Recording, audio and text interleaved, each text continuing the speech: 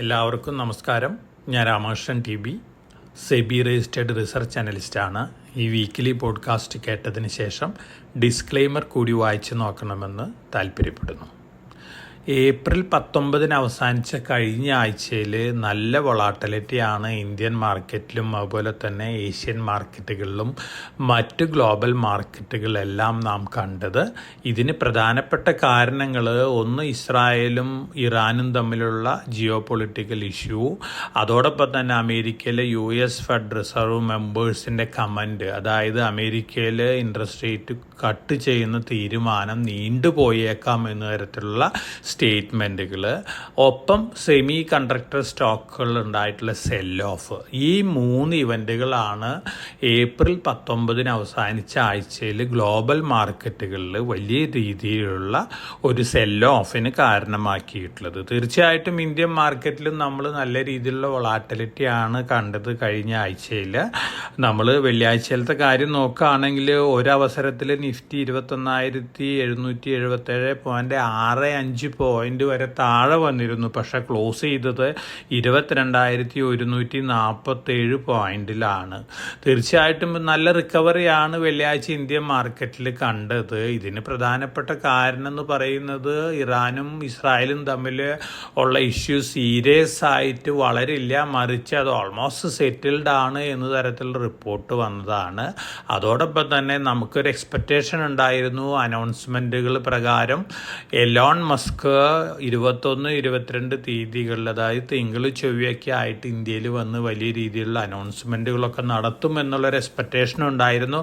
അതിൻ്റെയും ഒരു ജൂബിലൻ്റ് മൂഡ് മാർക്കറ്റിലുണ്ടായിരുന്നു. പക്ഷേ ഇപ്പോൾ പറയുന്നു എലോൺ മസ്ക് അടുത്തൊന്നും ഇന്ത്യയിൽ വരാൻ സാധ്യതയില്ല, മറിച്ച് വീണ്ടും 3-4 മാസമൊക്കെ എടുത്തതിന് ശേഷമാണ് അദ്ദേഹം ഇവിടെ വരാൻ പോകുന്നതും അനൗൺസ്മെൻറ്റുകൾ നടത്താൻ പോകുന്നതും എന്ന തരത്തിലുള്ള റിപ്പോർട്ടുകളാണ്. ഇതൊരു പക്ഷേ സ്പേസ് റിലേറ്റഡ് സ്റ്റോക്കുകളിലൊക്കെ ചെറുതായിട്ടുള്ളൊരു നെഗറ്റീവ് സെൻറ്റിമെൻറ്റ് തിങ്കളാഴ്ച ഉണ്ടാക്കാനുള്ള ചാൻസസ് ഉണ്ട്. കാരണം എലോൺ മസ്ക് വന്നു കഴിഞ്ഞാൽ ധാരാളം സ്പേസ് റിലേറ്റഡ് കമ്പനികളായിട്ടുള്ള മീറ്റിങ്ങുകൾ ഉണ്ടാവും, പല ജൈവികളും സൈൻ ചെയ്യുന്നുള്ള റിപ്പോർട്ടുകളൊക്കെ ഉണ്ടായിരുന്നു. പക്ഷെ അതൊന്നും ഇപ്പോൾ ഇമ്മീഡിയറ്റ് ആയിട്ട് സംഭവിക്കാൻ പോകുന്നില്ല. അതുകൊണ്ട് തന്നെ മാർക്കറ്റിൽ ഒരു പക്ഷേ ഒരു ചെറിയ നെഗറ്റീവ് റിയാക്ഷനൊക്കെ കാണാനുള്ള ചാൻസസ് ഉണ്ട്.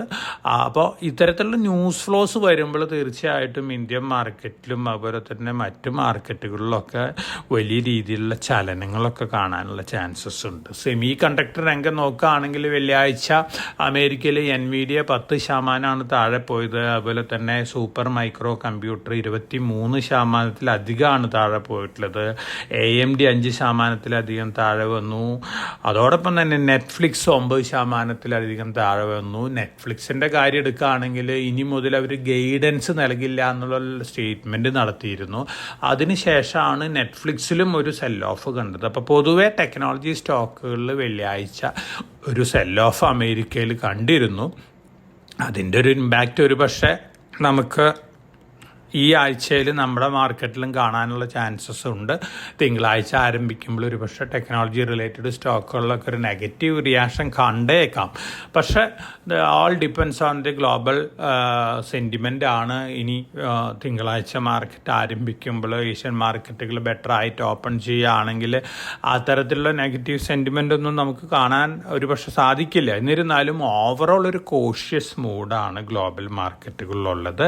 നമ്മൾ അമേരിക്കയിലത്തെ സിറ്റുവേഷൻ നോക്കുകയാണെങ്കിൽ ഇപ്പോഴത്തെ പുതിയ സിറ്റുവേഷൻ വെച്ച് നോക്കുകയാണെങ്കിൽ കഴിഞ്ഞ ബുധനാഴ്ച അവസാനിച്ചിട്ടുള്ള 2 ആഴ്ചയിലത്തെ അമേരിക്കൻ സ്റ്റോക്ക് ഫണ്ടുകളുടെ റിഡംഷൻ ഡാറ്റ വെച്ച് നോക്കുകയാണെങ്കിൽ $21.1 ബില്യൺ റിഡംഷൻ വന്നിട്ടുണ്ട്.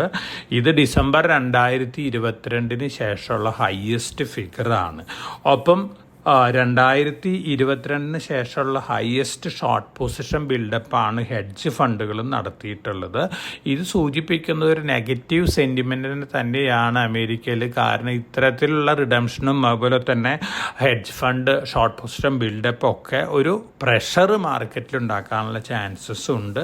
തീർച്ചയായിട്ടും ക്വാർട്ടർ റിസൾട്ടുകൾ അമേരിക്കയിൽ വന്നു തുടങ്ങിയിട്ടുണ്ട്. S&P 500 ഇതുവരെ അനൗൺസ് ചെയ്ത കമ്പനികളിലെ 70% കമ്പനികളും ബെറ്റർ ദാൻ എക്സ്പെക്റ്റഡ് റിസൾട്ടാണ് കാഴ്ചവെച്ചിരിക്കുന്നത്. ഇനി ഈ ആഴ്ച മുതൽ മാഗ്നിഫിസൻറ്റ് 7 കമ്പനികൾ, അതായത് ആപ്പിള്, ആമസോൺ, എൻവിഡിയ തുടങ്ങിയ ടെക് കമ്പനികളുടെയും കൂടി റിസൾട്ടുകൾ അനൗൺസ് ചെയ്യാൻ പോവുകയാണ്.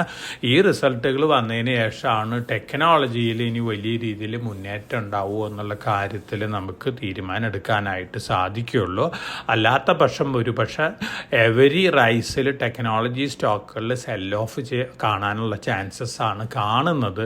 പ്രത്യേകിച്ച് ധാരാളം പുതിയ കമ്പനികൾ പല രാജ്യങ്ങളിലും സെമി കണ്ടക്ടർ ബിസിനസ്സിലേക്ക് എൻ്റർ ചെയ്യാണ്. എക്സിസ്റ്റിംഗ് കമ്പനികളെല്ലാം തന്നെ കപ്പാസിറ്റി എക്സ്പാൻഡ് ചെയ്യുകയാണ്. അപ്പോൾ ആർട്ടിഫിഷ്യൽ ഇൻ്റലിജൻസ് രംഗത്ത്, പ്രത്യേകിച്ച് ജനറേറ്റീവ് AI രംഗത്ത് വലിയ രീതിയിലുള്ള ഡിമാൻഡുള്ള ചിപ്പുകളുടെയൊക്കെ പ്രൊഡക്ഷൻ വലിയ രീതിയിൽ കൂടും. പല കമ്പനികളും പുതിയ പ്രൊഡക്റ്റുകളായിട്ട് വരും. ഇത്തരത്തിലുള്ള ഒരു ഇൻഡിക്കേഷനാണ് നല്ല രീതിയിലുള്ള sell off semiconductor related സ്റ്റോക്കുകളിൽ ഉണ്ടാക്കിയിട്ടുള്ളത്.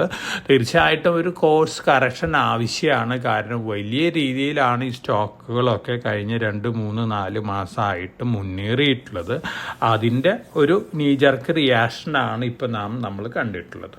അതോടൊപ്പം തന്നെ നമ്മൾ കമോഡിറ്റി സെക്ടർ നോക്കുകയാണെങ്കിൽ സിങ്ക് 1 ഇയർ ഹൈയിലാണ് ക്ലോസ് ചെയ്തിരിക്കുന്നത്. ടിൻ 1 ഇയർ ഹൈയിലാണ് ക്ലോസ് ചെയ്തിരിക്കുന്നത്. അലുമിനിയം 1 ഇയർ ഹൈയിലാണ് ക്ലോസ് ചെയ്തിരിക്കുന്നത്. നിക്കൽ 22 മന്ത് ഹൈയിലാണ് ക്ലോസ് ചെയ്തിരിക്കുന്നത്. കമോഡിറ്റികൾ ക്രൂഡ് ഓയിൽ ഒഴികെ മറ്റെല്ലാ കമോഡിറ്റികളും മുന്നേറിക്കൊണ്ടിരിക്കുകയാണ്. ക്രൂഡ് ഓയിൽ $87.38 പെർ ബാരലിനാണ് വെള്ളിയാഴ്ച ക്ലോസ് ചെയ്തിട്ടുള്ളത്.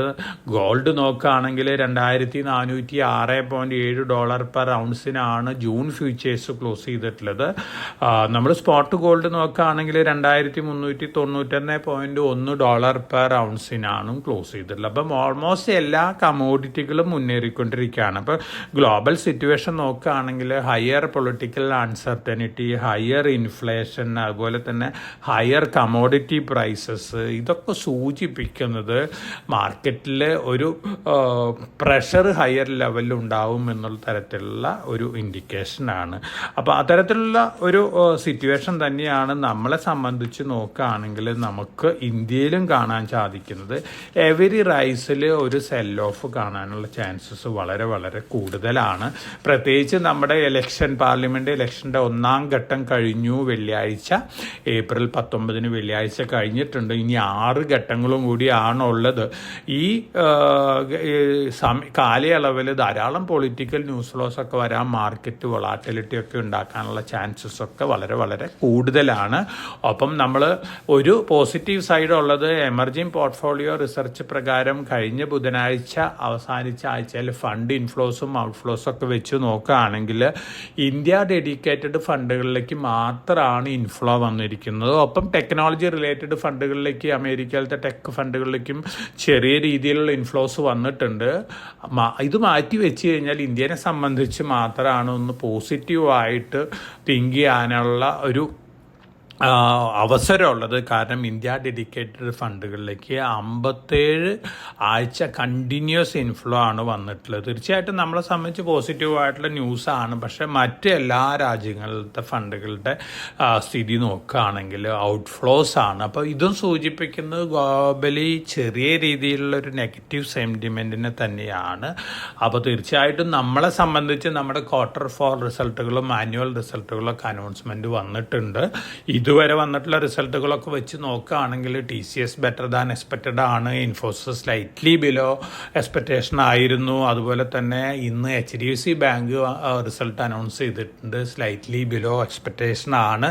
അതൊരു പക്ഷേ ഒരു നെഗറ്റീവ് സെൻറ്റിമെൻറ്റ് HDFC ബാങ്കിൻ്റെ സ്റ്റോക്കിൽ തിങ്കളാഴ്ച ഉണ്ടാക്കാനുള്ള ചാൻസസ് ഒക്കെ ഉണ്ട്. പക്ഷേ ഈ ആഴ്ചയിൽ നമുക്ക് ധാരാളം റിസൾട്ടുകൾ വരുന്നുണ്ട്. റിലയൻസിൻ്റെ റിസൾട്ട് വരുന്നുണ്ട്. ഇത്തരത്തിലുള്ള വലിയ കമ്പനികളുടെ റിസൾട്ടുകളൊക്കെ വരുന്നുണ്ട്. റിസൾട്ടുകൾക്ക് അനുസരിച്ചുള്ള ഒരു മൂവ്മെൻ്റാണ് നമുക്ക് മാർക്കറ്റിൽ എക്സ്പെക്റ്റ് ചെയ്യാനായിട്ട് സാധിക്കുള്ളൂ. ഒപ്പം ഗ്ലോബലി വലിയ രീതിയിലുള്ള വൊളാറ്റിലിറ്റി ഒക്കെ വരികയാണെങ്കിൽ അതിൻ്റെ ഇമ്പാക്റ്റ് നമുക്കുണ്ടാവും. ഇപ്പോൾ പോസിറ്റീവായിട്ട് നമുക്ക് എക്സ്പെക്റ്റ് ചെയ്യാവുന്ന മെറ്റൽ സ്റ്റോക്കുകൾ റിക്കവറി ഉണ്ടാവും എന്നുള്ളൊരു കാര്യമാണ്. പ്രത്യേകിച്ച് ചൈനീസ് എക്കണോമിക് ന്യൂസുകളൊക്കെ വരുന്നത് പോസിറ്റീവാണ്. അതിൻ്റെ ഒരു ഇമ്പാക്റ്റാണ് നമ്മൾ കഴിഞ്ഞ 2, 3, 4 ദിവസങ്ങളായിട്ട് മെറ്റൽ സ്റ്റോക്കുകളിൽ കണ്ടുകൊണ്ടിരിക്കുന്നത്. ഒപ്പം കമോഡിറ്റികളെല്ലാം മുന്നേറുകയാണ്. അപ്പോൾ ഈ കമോഡിറ്റി റിലേറ്റഡ് സ്റ്റോക്കുകൾക്കെല്ലാം തന്നെ നല്ല രീതിയിലുള്ള മുന്നേറ്റം നമുക്ക് വീണ്ടും എക്സ്പെക്റ്റ് ചെയ്യാമെന്നാണ് എനിക്ക് തോന്നുന്നത്. കാരണം അമേരിക്കയിൽ കുറച്ച് മാസങ്ങൾക്ക് ശേഷം റേറ്റ് കട്ട് ആരംഭിച്ചേക്കാം. അങ്ങനെ ആരംഭിക്കുന്ന സമയത്ത് വീണ്ടും നല്ല രീതിയിലുള്ള ഇൻഫ്ലോസ് എമർജിങ് മാർക്കറ്റുകളിലേക്കൊക്കെ വരാനുള്ള ചാൻസസ് ഉണ്ട്. അതോടൊപ്പം തന്നെ ചൈനീസ് റിക്കവറിയും വരികയാണെങ്കിൽ വീണ്ടും നല്ല രീതിയിൽ കമോഡിറ്റി സ്റ്റോക്കുകളും അതുപോലെ തന്നെ സ്പെഷ്യാലിറ്റി കെമിക്കൽ സ്റ്റോക്കുകളൊക്കെ മുന്നേറാനുള്ള ചാൻസസ് ആണ് നാം കാണുന്നത്.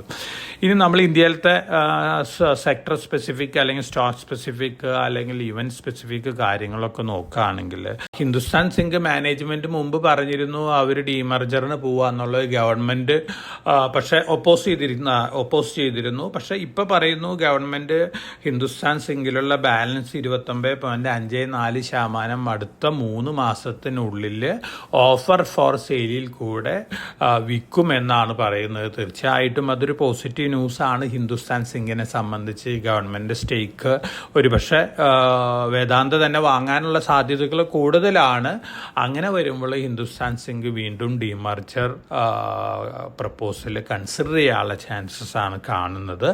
അതോടൊപ്പം തന്നെ സിൽവർ പ്രൊഡക്ഷനിൽ വേൾഡിലത്തെ 3rd ലാർജസ്റ്റ് കമ്പനി ആയിട്ട് മാറിയിരിക്കുകയാണ് ഹിന്ദുസ്ഥാൻ സിങ്ക്. സിൽവറിൻ്റെ പ്രൈസ് ഗോൾഡിൻ്റെ പ്രൈസിൻ്റെ ഒപ്പം ഇൻ്റർനാഷണൽ മാർക്കറ്റിൽ മുന്നേറിക്കൊണ്ടിരിക്കുകയാണ്. അപ്പോൾ തീർച്ചയായിട്ടും ആ ഒരു പോയിന്റ് ഓഫ് വ്യൂവിലും ഹിന്ദുസ്ഥാൻ സിങ്കിനെ സംബന്ധിച്ച് പോസിറ്റീവാണ്. സിങ്ക് പ്രൈസ് ഇപ്പോൾ 52 വീക്ക് ഹൈ ഹിറ്റ് ചെയ്ത് നിൽക്കുകയാണ്. വീണ്ടും മുന്നേറുന്നുള്ള റിപ്പോർട്ടുകൾ വരുന്നു. അപ്പോൾ ഓവറോൾ വന്നുകൊണ്ടിരിക്കുന്ന ന്യൂസുകൾ ഹിന്ദുസ്ഥാൻ സിങ്കിനെ സംബന്ധിച്ച് പോസിറ്റീവാണ്. ഇത് അൾട്ടിമേറ്റ്ലി വേദാന്തേനെയും പോസിറ്റീവായിട്ട് ഇമ്പാക്റ്റ് ചെയ്യുന്ന ന്യൂസാണ്. നമ്മുടെ 2 സ്ട്രോങ് പിക്കുകളാണ് വേദാന്ത, ഹിന്ദുസ്ഥാൻ സിങ്ക് ഒക്കെ. അപ്പോൾ ഈ 2 സ്റ്റോക്കുകളും അടുത്ത 1-2 വർഷത്തേക്ക് ഇൻവെസ്റ്റേഴ്സ് കീപ്പ് ചെയ്യുകയാണെങ്കിൽ വീണ്ടും നല്ല രീതിയിൽ റിട്ടേൺ കിട്ടാൻ ചാൻസസ് ഉള്ള കമ്പനികളാണ്. ഒപ്പം നല്ല രീതിയിൽ ഡിവിഡൻഡും കിട്ടാൻ ചാൻസസ് ഉള്ള കമ്പനികളാണ്. വേദാന്തയുടെ ഡീമർജർ ഈ ഡിസംബറിൽ മുമ്പ് അവസാനിക്കുന്നതാണ് വേദാന്ത മാനേജ്മെൻറ്റും പറഞ്ഞിരിക്കുന്നത്. അപ്പോൾ എക്സിസ്റ്റിംഗ് 100 ഷെയർ 6 കമ്പനികളിൽ 600 ഷെയർ ആയിട്ട് മാറാൻ പോവുകയാണ്. തീർച്ചയായിട്ടും ഈ 2 കമ്പനികളും അടുത്ത 1-2 വർഷത്തേക്ക് ഇൻവെസ്റ്റേഴ്സ് വാങ്ങി സൂക്ഷിക്കുന്നത് നന്നായിരിക്കും. IREDA നമ്മൾ IPO വന്നത് മുതൽ സ്ട്രോങ് ആയിട്ട് റെക്കമെൻഡ് ചെയ്തിട്ടുള്ള സ്റ്റോക്കാണ്. 32 രൂപയ്ക്കാണ് IPO വന്നത്. അതിനുശേഷം അത് 200 രൂപയ്ക്ക് മുകളിൽ പോയിരുന്നു. ഇപ്പോൾ അവരുടെ Q4 റിസൾട്ടും അതുപോലെ തന്നെ ആനുവൽ റിസൾട്ടൊക്കെ അനൗൺസ് ചെയ്തിട്ടുണ്ട്. എക്സലൻറ്റ് റിസൾട്ട് തന്നെയാണ്. Long term point of view മുന്നേറാൻ സാധ്യതയുള്ള ഒരു പബ്ലിക് സെക്ടർ NBFC കമ്പനിയാണ്. പ്രത്യേകിച്ച് റിന്യൂവബിൾ എനർജി രംഗത്താണ് ഇതിൻ്റെ ഫണ്ടിങ് മുഴുവൻ നൽകിക്കൊണ്ടിരിക്കുന്നത്. അതുകൊണ്ട് തന്നെ ഒരു പോസിറ്റീവ് ഇമ്പാക്റ്റ് ഈ സ്റ്റോക്കിൽ ലോങ് റണ്ണിൽ കാണാനുള്ള ചാൻസസ് വളരെ കൂടുതലാണ്. ലോങ് റണ്ണിൽ ഒരുപക്ഷെ കറണ്ട് ലെവലിൽ നിന്നൊരു പക്ഷേ 100% റിട്ടേൺ കിട്ടാൻ ചാൻസസ് ഉള്ള ഒരു കമ്പനിയും കൂടിയാണ് IREDA. നമ്മുടെ ടോപ്പ് പിക്കുകളിൽ മറ്റൊരു പിക്കാണ് ഹഡ്കോ. നമ്മൾ റെക്കമെൻഡ് ചെയ്തത് 90 റേഞ്ചിലൊക്കെ ആയിരുന്നു. അതിനുശേഷം 226 രൂപ വരെ വിത്തിൻ 2 to 3 മന്ത്സിനുള്ളിൽ ഉയർന്നിരുന്നു. ഇപ്പോൾ ഹഡ്കോനെ സംബന്ധിച്ച് നോക്കുകയാണെങ്കിൽ ഹഡ്കോയ്ക്ക് നവരത്ന സ്റ്റാറ്റസ് കൂടി കിട്ടിയിരിക്കുകയാണ്. അപ്പോൾ ഒരു ഗവൺമെൻറ് ഓൺഡ് പുതിയ നവരത്ന കമ്പനിയും കൂടി വന്നിരിക്കുകയാണ് ഹഡ്കോ ലിമിറ്റഡ്. ഹഡ്കോൻ്റെ ഫെയർ വാല്യൂ ഒക്കെ നോക്കുകയാണെങ്കിൽ 150.66 ആണ്. ഇപ്പോൾ ട്രേഡ് ചെയ്തുകൊണ്ടിരിക്കുന്ന 195 രൂപ ലെവലിലേക്കാണ്. ഈ സ്റ്റോക്കും ലോങ് റണ്ണിൽ നല്ല രീതിയിൽ മുന്നേറാൻ സാധ്യതയുള്ള സ്റ്റോക്കാണ്. ഹഡ്കോനെ സംബന്ധിച്ച് നവരത്ന സ്റ്റാറ്റസ് ഒരു ആഡഡ് അഡ്വാൻറ്റേജ് ആണ് കൊടുക്കാൻ പോകുന്നത്. ഫണ്ട് റേസിങ്ങിനായാലും ഓപ്പറേഷണൽ എഫിഷ്യൻസിയിലായാലും ഇതൊരു പോസിറ്റീവ് ഇമ്പാക്റ്റ് ഉണ്ടാക്കും എന്നുള്ളൊരു എക്സ്പെക്റ്റേഷനാണ് ഉള്ളത്. ഇനി മാരുതി സുസുക്കി അവരുടെ സ്വിഫ്റ്റ് മെയ് മാസത്തിൽ ലോഞ്ച് ചെയ്യുന്നതാണ് പറയുന്നത്. പുതിയ സ്വിഫ്റ്റും ഡിസയറും ഒക്കെ 35 kilometre to 40 kilometre per litre വരെയാണ് മൈലേജ് ഓഫർ ചെയ്യുന്നതൊക്കെയാണ് പറയുന്നത്. പക്ഷേ അനൗൺസ്മെൻറ്റിന് ശേഷമാണ് നമുക്കിത് എത്രത്തോളം ശരിയാണെന്ന് പറയാൻ സാധിക്കുള്ളൂ. പക്ഷേ ഇത്തരത്തിലുള്ള മൈലേജ് ആയിട്ടാണ് വരുന്നതെങ്കിൽ ഹ്യൂജ് ബുക്കിംഗ് കിട്ടാനുള്ള ചാൻസസ് ഉണ്ട്. അതോടൊപ്പം തന്നെ മാരുതി സ്റ്റോക്ക് പ്രൈസ് പുതിയ ഹൈ ഹിറ്റ് ചെയ്യാനുള്ള ചാൻസസ് ഒക്കെ വളരെ കൂടുതലാണ്. ആദ്യത്തെ Perla fashion retail limited demerger മുമ്പ് അനൗൺസ് ചെയ്തിരുന്നു. റേഷ്യോ അനൗൺസ് ചെയ്തിട്ടുണ്ട്. 1:1 ആണ് റേഷ്യോ. ഡീമർജർ ഗെയിൻ നമ്മൾക്കൊരു 100% ഒന്നും ഇപ്പോഴത്തെ അവസ്ഥയിൽ കിട്ടാനുള്ള ചാൻസസ് കുറവാണ്. മറിച്ച് ഒരു 50% ഒക്കെ ലോങ് റണ്ണിൽ ഡീമർജർ ഗെയിൻ കിട്ടാൻ ചാൻസ് ഉള്ള ഡീമർജറാണ് ആദിത്യ ബിർള ഫാഷൻ റീറ്റെയിൽ ലിമിറ്റഡിൻ്റേത്. പുതിയ കമ്പനിയുടെ പേര് Aditya Birla life style limited എന്നാണ്. 1:1 ആണ് റേഷ്യോ വരുന്നത്. 10 രൂപയാണ് ഇതിൻ്റെ ഫേസ് വാല്യൂ വരുന്നത്. സ്റ്റെർലിംഗ് ആൻഡ് വിൽസൺ നമ്മുടെ ഒരു ടോപ്പിക്കായിരുന്നു. ഓൾമോസ്റ്റ് 100% റിട്ടേൺ നമ്മുടെ ഇൻവെസ്റ്റേഴ്സിന് നൽകിയൊരു പിക്കാണ്. ടേൺ അറൗണ്ട് കമ്പനിയും കൂടിയാണ്. ഇപ്പോൾ റിലയൻസും കൂടി പ്രൊമോട്ടറായിട്ട് ജോയിൻ ചെയ്തിട്ടുള്ള കമ്പനിയാണ്. അപ്പോൾ റിലയൻസും അതുപോലെ തന്നെ ഷപ്പൂർജി പല്ലൻജി ഗ്രൂപ്പാണ് 52.98% ഹോൾഡ് ചെയ്യുന്നത്.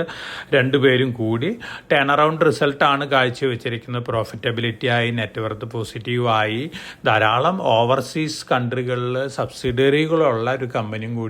റിന്യൂവബിൾ എനർജി രംഗത്ത് ധാരാളം പ്രൊജക്റ്റുകളും ഉണ്ട്.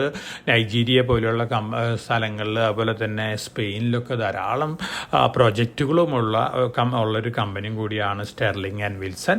ഇപ്പോൾ ട്രേഡ് ചെയ്യുന്ന 550-560 റേഞ്ചിലൊക്കെയാണ്. വീണ്ടും മുന്നേറാനുള്ള ചാൻസ് തന്നെയാണ് ഈ റിസൾട്ടിൻ്റെ ഒരു ബേസിൽ നമുക്ക് എക്സ്പെക്റ്റ് ചെയ്യാനായിട്ട് സാധിക്കുന്നത്. അപ്പോൾ ലോങ് റണ്ണിൽ ഒരു പക്ഷേ നല്ല രീതിയിലുള്ള മുന്നേറ്റം ഈ സ്റ്റോക്കുകളിൽ നമുക്ക് എക്സ്പെക്റ്റ് ചെയ്യാനായിട്ട് സാധിക്കും. ഇനി മറ്റു ന്യൂസ് ഫ്ലോസ് ഒക്കെ നോക്കുകയാണെങ്കിൽ NSE F&O കോൺട്രാക്റ്റ് പുതിയ ഒരു ഇൻഡെക്സിലും കൂടി ലോഞ്ച് ചെയ്യുകയാണ്. നെക്സ്റ്റ് നിഫ്റ്റി 50യിലും കൂടി മന്ത്ലി കോൺട്രാക്റ്റുകൾ ഫ്യൂച്ചേഴ്സ് ആൻഡ് ഓപ്ഷൻ സെഗ്മെൻറ്റിൽ ഏപ്രിൽ 24 മുതൽ ലോഞ്ച് ചെയ്യുകയാണ്. തീർച്ചയായിട്ടും നല്ലൊരു മൂവാണ്. കാരണം നെക്സ്റ്റ് നിഫ്റ്റി 50യിലുള്ള സ്റ്റോക്കുകളിലൊക്കെ ഹെഡ്ജിങ്ങിന് വളരെ യൂസ്ഫുൾ ആയിരിക്കും പുതിയ F&O പ്രോഡക്റ്റുകൾ. പോസിറ്റീവായിട്ടുള്ള ഒരു എക്സ്പെക്റ്റേഷനാണ് വോളിയം ഗ്രോത്തിലൊക്കെ നമ്മൾ ഈ പ്രോഡക്റ്റുകളിൽ നിന്ന് എക്സ്പെക്റ്റ് ചെയ്യുന്നത്. ഫ്യൂച്ചേഴ്സ് ആൻഡ് ഓപ്ഷൻ സെഗ്മെൻറ്റിൽ വലിയ രീതിയിലുള്ള റെസ്ട്രിക്ഷൻസ് ഒക്കെയാണ് റെഗുലേറ്റേഴ്സ് പ്ലാൻ ചെയ്യുന്നത് എന്നുള്ള റിപ്പോർട്ടുകൾ നമ്മൾ കഴിഞ്ഞ 2-3 ദിവസങ്ങൾക്ക് മുമ്പ് ഇൻഡിക്കേറ്റ് ചെയ്തിരുന്നു.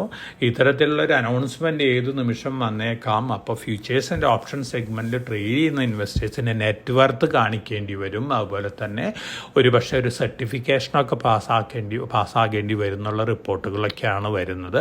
ഇതെല്ലാം തന്നെ നമുക്ക് അനൗൺസ്മെൻറ്റുകൾ വന്നതിന് ശേഷമാണ് എന്തൊക്കെയാണ് റിയൽ ഫാക്റ്റായിട്ട് വരാൻ പോകുന്നത് അറിയാൻ സാധിക്കുകയുള്ളൂ. പക്ഷേ തീർച്ചയായിട്ടും റെസിഷൻ വരാനുള്ള ചാൻസസ് ഉണ്ട്. കാരണം റെഗുലേറ്ററുടെ ഒരു റിസർച്ച് പ്രകാരം 10 ട്രേഡേഴ്സിലും 9 ട്രേഡേഴ്സും കാശ് നഷ്ടപ്പെടുത്തിക്കൊണ്ടിരിക്കുകയാണ് ഫ്യൂച്ചേഴ്സ് ആൻഡ് ഓപ്ഷൻ സെഗ്മെൻറ്റിൽ എന്നുള്ള ഒരു വിലയിരുത്തലാണ് വന്നിട്ടുള്ളത്. തീർച്ചയായിട്ടും റെഗുലേറ്റർ സ്ട്രിഞ്ചൻറ്റ് മെഷേഴ്സ് എടുക്കാനുള്ള ചാൻസസ് ആണ് കാണുന്നത്. ഇതൊരു പക്ഷേ റീറ്റെയിൽ വോളിയത്തിനൊക്കെ ഇമ്പാക്റ്റ് ചെയ്തേക്കാം. കാരണം നമ്മൾ NSE F&O സെഗ്മെൻറ്റിൽ ഇപ്പോൾ വോളിയം ഒരു സെഗ്മെൻറ്റ് വൈസ് എടുക്കുകയാണെങ്കിൽ പ്രൊപ്രൈറ്ററി ബിസിനസ്സാണ് 60%. അതായത് ബ്രോക്കേഴ്സിൻ്റെ സ്വന്തം ട്രേഡാണ് 60%. ടോട്ടൽ വോളിയത്തിൽ 60% ബ്രോക്കേഴ്സിൻ്റെ സ്വന്തം ട്രേഡിംഗ് ആണ്. 27% അടുത്ത് മാത്രമാണ് റീറ്റെയിൽ ട്രേഡിംഗ് വരുന്നുള്ളൂ. ആ ഒരു വോളിയത്തിലൊരു ഇടിവ് വന്നേക്കാം. പക്ഷേ ബ്രോക്കേഴ്സിൻ്റെ ടേൺ ഓവറിൽ ഇടിവ് വരാൻ ചാൻസസ് ഇല്ല. ഒരു പക്ഷേ പ്രൊപ്രൈറ്ററി ട്രേഡിൻ്റെ ടേൺ ഓവർ പെർസെൻറ്റേജ് കൂടാനുള്ള ചാൻസസ് ആണ് കാണുന്നത്. അപ്പോൾ ഇതൊക്കെയാണ് ഈ ആഴ്ചയിലത്തെ നമുക്ക് കഴിഞ്ഞ ആഴ്ചയിലത്തെ ട്രേഡിംഗ് സെൻറ്റിമെൻറ്റും അതുപോലെ തന്നെ ട്രെൻഡൊക്കെ വിലയിരുത്തുമ്പോഴും അതുപോലെ തന്നെ അടുത്ത ആഴ്ചയിലേക്കുള്ള ന്യൂസ് ഫ്ലോസ് വെച്ച് അടുത്ത ആഴ്ചയിലേക്കുള്ള കാര്യങ്ങളൊക്കെ വിലയിരുത്തുമ്പോൾ ഇൻവെസ്റ്റേഴ്സിന് നൽകാനുള്ള വിവരങ്ങൾ. അതോടൊപ്പം തന്നെ നമ്മൾ ഇനി അടുത്ത ദിവസങ്ങളിൽ നല്ല രീതിയിലുള്ള വൊളാറ്റിലിറ്റി എക്സ്പെക്റ്റ് ചെയ്ത് മാത്രം മാർക്കറ്റിൽ മുന്നോട്ട് നീങ്ങിയാൽ മതി. കാരണം പൊളിറ്റിക്കലി മാർക്കറ്റിൽ വൊളാറ്റിലിറ്റി ഉണ്ടാക്കാവുന്ന പല ഇലക്ഷൻ റിലേറ്റഡ് ന്യൂസുകളും വന്നേക്കാം. അതുപോലെ തന്നെ അൺഎക്സ്പെക്റ്റഡ് ആയിട്ട് വീണ്ടും ജിയോ പൊളിറ്റിക്കൽ ഇഷ്യൂസൊക്കെ വൊളാറ്റിലിറ്റി ക്രിയേറ്റ് ചെയ്തേക്കാം.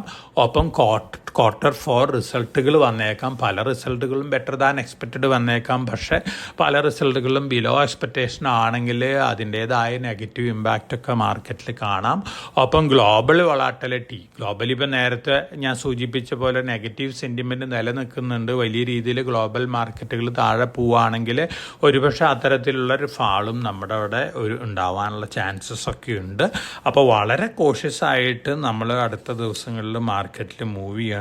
ഇലക്ഷൻ റിസൾട്ട് പുറത്ത് വരുന്നത് വരെ വല്ല വൊളാറ്റിലിറ്റി നമുക്ക് മാർക്കറ്റിൽ എക്സ്പെക്റ്റ് ചെയ്യാം. വളരെ കോഷ്യസ് ആയിട്ട് മാർക്കറ്റിൽ മൂവ് ചെയ്യാം. അതോടൊപ്പം തന്നെ ഞാൻ ഈ ആഴ്ചയിൽ ഇൻവെസ്റ്റേഴ്സിന് സജസ്റ്റ് ചെയ്യുന്ന ഒരു ഓഹരിയുണ്ട്. ലോങ് ടൈം പോയിന്റ് ഓഫ് വ്യൂവിൽ നിക്ഷേപിക്കുന്ന നിക്ഷേപകനെ സംബന്ധിച്ച് വാങ്ങി വയ്ക്കാവുന്ന ഒരു ഓഹരിയാണ് ഞാൻ ഇൻവെസ്റ്റേഴ്സിന് സജസ്റ്റ് ചെയ്യുന്നത്. നമ്മുടെ കോട്ടക് ഷെയർ വെൽത്തിൻ്റെ ഇൻവെസ്റ്റേഴ്സിനൊക്കെ നമ്മൾ വളരെ മുമ്പ് തന്നെ ഈ ഓഹരി ബൈ റെക്കമെൻഡേഷൻ ആയിട്ട് കൊടുത്തിരുന്നു. നമ്മുടെ റിലേറ്റഡ് ഇൻവെസ്റ്റേഴ്സ് എല്ലാം ധാരാളം പൊസിഷൻ ഹോൾഡ് ചെയ്യുന്നുണ്ട്. ഫർദറായിട്ടും ഇൻവെസ്റ്റേഴ്സിന് ഈ സ്റ്റോക്ക് വാങ്ങി ലോങ് ടൈം പോയിന്റ് ഓഫ് വ്യൂവിൽ കീപ്പ് ചെയ്യാമെന്നാണ് എൻ്റെ ഒരു suggestion. Aditya Birla capital limited ആണ്. ആദിത്യ ബിർള ക്യാപിറ്റൽ പുതിയൊരു ഫിൻടെക് ആപ്പും കൂടി ലോഞ്ച് ചെയ്തിട്ടുണ്ട്, ആദിത്യ ബിർള ക്യാപിറ്റൽ ഡിജിറ്റൽ. ഇത് തീർച്ചയായിട്ടും വളരെ പോസിറ്റീവായിട്ടുള്ള മൂവാണ്. ഡയറക്റ്റ് ടു സി ആണ്. ഡയറക്റ്റ് ടു സി എന്ന് പറഞ്ഞാൽ ഡയറക്റ്റ് കസ്റ്റമേഴ്സിന് കൊടുക്കുന്ന ഒരു ആപ്പാണ്. അപ്പോൾ വളരെ പ്രോമിസിങ് ആയിട്ടൊരു ആപ്പാണ്. അപ്പോൾ നമ്മളൊരു ജിയോ ഫൈനാൻഷ്യലായിട്ട് കമ്പയർ ചെയ്യുകയാണെങ്കിൽ ഒരു ചെറിയ ജിയോ ഫൈനാൻഷ്യൽ സർവീസസ് തന്നെയാണ് ആദിത്യ ബിർള ക്യാപിറ്റലിൻ്റെ അണ്ടറിലും വരാൻ പോകുന്നത്. ആദിത്യ ബിർള ക്യാപിറ്റലിൻ്റെ ഏറ്റവും വലിയ പോസിറ്റീവ് സൈഡ് എന്ന് പറയുന്നത് ആദിത്യ ബിർള ക്യാപിറ്റലിൻ്റെ അണ്ടറിലുള്ള ആദിത്യ ബിർള ഫിനാൻസ് ആദിത്യ ബിർള ക്യാപിറ്റലിലേക്ക് റിവേഴ്സ് മെർജ് ചെയ്യാണ്. ആദിത്യ ബിർള ഫിനാൻസ് ആണ് ഇന്ത്യയിലത്തെ 4th ലാർജസ്റ്റ് NBFC. ആദ്യത്തെ 15 NBFCകൾ സെപ്റ്റംബർ 2025 IPO നടത്തുന്ന RBI ഒരു ഡയറക്റ്റീവ് കൊടുത്തിട്ടുണ്ട്. അതുപ്രകാരം ആദിത്യ ബിർള ഫിനാൻസും IPO നടത്തണം. പക്ഷേ ആദിത്യ ബിർള ഫിനാൻസ് ആദിത്യ ബിർള മാനേജ്മെൻ്റ് എടുത്ത ഡിസിഷൻ ആദിത്യ ബിർള ഫിനാൻസിന് ആദിത്യ ബിർള ക്യാപിറ്റലിലേക്ക് റിവേഴ്സ് മെർജ് ചെയ്യാനാണ്. ഇതിൻ്റെ പോസിറ്റീവ് ഇമ്പാക്റ്റ് എന്ന് പറയുന്നത് ഇക്വിറ്റി ക്യാപിറ്റലിൽ അത് ഈ റിവേഴ്സ് മെർജറിന് ശേഷം ഇക്വിറ്റി ക്യാപിറ്റലിൽ യാതൊരു ചേഞ്ചും വരാൻ പോകുന്നില്ല എന്നുള്ളതാണ്. അത് വളരെ പോസിറ്റീവായിട്ടുള്ള ന്യൂസാണ്. കാരണം സാധാരണ രീതിയിൽ ഇക്വിറ്റി ക്യാപിറ്റലൊക്കെ ചേഞ്ചസ് വരാറുണ്ട്. ഈ റിവേഴ്സ് മെർജറിൽ കൂടെ അത് സംഭവിക്കുന്നില്ല. അതുകൊണ്ട് തന്നെ ഹ്യൂജ് അസറ്റ്സാണ് ആദിത്യ ബിർള ക്യാപിറ്റലിലേക്ക് മെർജറിൽ കൂടെ വരാൻ പോകുന്നത്. ഒപ്പം Aditya Birla capital digital D2C മോഡലിലേക്ക് ഇറങ്ങിയിരിക്കുകയാണ്. ഇവർ യൂസ് ചെയ്യാൻ പോകുന്ന ഡാറ്റാബേസ് എന്ന് പറയുന്നത് 25 കോടി ഡാറ്റാബേസ് ഐഡിയയുടെ ഡാറ്റാബേസ് ഉണ്ട്. ബിർള പ്രൊമോട്ട് ചെയ്തിട്ടുള്ളൊരു കമ്പനി കൂടെയാണ്, പ്രൊമോട്ടറായിട്ടുള്ള കമ്പനി കൂടിയാണ് വോഡാഫോൺ ഐഡിയ. അതോടൊപ്പം തന്നെ പെയിൻറ് ബിസിനസ്സിൽ ഇപ്പോൾ അക്വയർ ചെയ്തിട്ടുള്ള 50,000 ചാനൽ പാർട്ട്നേഴ്സ് ഉണ്ട്. ഒപ്പം AMC ബിസിനസ് ഉണ്ട്. AMC ബിസിനസ്സിലത്തെ ക്ലയൻറ്റ് ഡാറ്റാബേസ് ഉണ്ട്. അതുപോലെ തന്നെ ആദിത്യ ബിർള ഫാഷൻ റീറ്റെയിലുണ്ട്, അതിൻ്റെ ക്ലയൻറ്റ് ബിസിനസ് ഉണ്ട്, ക്ലയൻറ്റ് ഡാറ്റാബേസ് ഉണ്ട്. അപ്പം ഹ്യൂജ് ഡാറ്റാബേസ് ഉള്ള ഒരു കമ്പനിയാണ്, ഹ്യൂജ് ബിസിനസ്സാണ് ഇവർ എക്സ്പെക്റ്റ് ചെയ്യുന്നത് ഫ്യൂച്ചറിൽ. അപ്പോൾ തീർച്ചയായിട്ടും ഒരു മിനി ജിയോ ഫൈനാൻഷ്യൽ സർവീസസ് തന്നെയാണ് പുതിയ ആദിത്യ ബിർള ക്യാപിറ്റൽ ഡിജിറ്റൽ എന്ന് പറഞ്ഞ ആപ്പ് ഉപയോഗിച്ചിട്ട് ആദിത്യ ബിർള എൻജോയ് ചെയ്യാൻ പോകുന്നത്. തീർച്ചയായിട്ടും ലോങ് ടൈം പോയിന്റ് ഓഫ് വ്യൂവിൽ സ്റ്റേബിൾ റിട്ടേൺ കിട്ടാൻ സാധ്യതയുള്ളൊരു സ്റ്റോക്കാണ് ആദിത്യ ബിർള ക്യാപിറ്റൽ ലിമിറ്റഡ്. അപ്പോൾ എൻ്റെ ഒരു suggestion long time point of വ്യൂവിൽ ഇൻവെസ്റ്റ് ചെയ്യുന്ന നിക്ഷേപകർ Aditya Birla capital AB capital limited വാങ്ങി ലോങ് ടൈമിലേക്ക് കീപ്പ് ചെയ്യാനാണ്. ഇതിൻ്റെ ഫെയർ വാല്യൂ നോർമൽ പാരാമീറ്റേഴ്സ് വെച്ച് നോക്കുമ്പോൾ തന്നെ ഇപ്പോൾ ഫെയർ വാല്യൂ വരുന്ന 201 രൂപയാണ്. ഇതിൻ്റെ മാർക്കറ്റ് പ്രൈസും ഫെയർ വാല്യൂൻ്റെ അടുത്തേ ഉള്ളൂ. ഇനി നമ്മളൊരു പാരാമീറ്റേഴ്സും ചേഞ്ച് ചെയ്തുകൊണ്ട് കുറച്ചും കൂടി ഒപ്റ്റിമിസ്റ്റിക് ആയിട്ട് രീതിയിൽ നമ്മൾ ഫെയർ വാല്യൂ കാൽക്കുലേറ്റ് ചെയ്യുകയാണെങ്കിൽ 350 രൂപയാണ് വരുന്നത്. അപ്പോൾ എൻ്റെ ഒരു എക്സ്പെക്റ്റേഷനും അടുത്ത 2 വർഷത്തിനുള്ള ആ 350 rupees per share Aditya Birla capital achieve ചെയ്യും എന്നുള്ള ഒരു എക്സ്പെക്റ്റേഷനാണ്. അതോടൊപ്പം തന്നെ ഈ പുതിയ അനൗൺസ്മെൻറ്റുകൾ തീർച്ചയായിട്ടും ആദിത്യ ബിർള ക്യാപിറ്റലിനെ സംബന്ധിച്ചും വളരെ പോസിറ്റീവായിട്ടുള്ളൊരു ഇമ്പാക്റ്റ് നൽകുന്ന അനൗൺസ്മെൻറ്റുകളാണ്. അപ്പോൾ ഇതാണ് ഇൻവെസ്റ്റേഴ്സിന് എനിക്ക് ലോങ് ടൈമിലേക്ക് സജസ്റ്റ് ചെയ്യാനായിട്ട് ഈ ആഴ്ചയിലത്തെ സജസ്റ്റ് ചെയ്യാനായിട്ടുള്ളൊരു പിക്ക്. അപ്പോൾ ലോങ് ടൈമിൽ ഇൻവെസ്റ്റ് ചെയ്യുന്ന നിക്ഷേപകർ ഈ സ്റ്റോക്ക് വാങ്ങി വെക്കുന്നത് നന്നായിരിക്കും എന്നാണ് എൻ്റെ ഒരു എക്സ്പെക്റ്റേഷൻ. അപ്പോൾ എല്ലാവർക്കും നല്ല ഒരു ഇൻവെസ്റ്റിംഗ് വീക്ക് ആശംസിച്ചുകൊണ്ട് ഞാൻ ഈ വീക്കിലി പോഡ്കാസ്റ്റ് ഇവിടെ അവസാനിപ്പിക്കുകയാണ്. Thank you.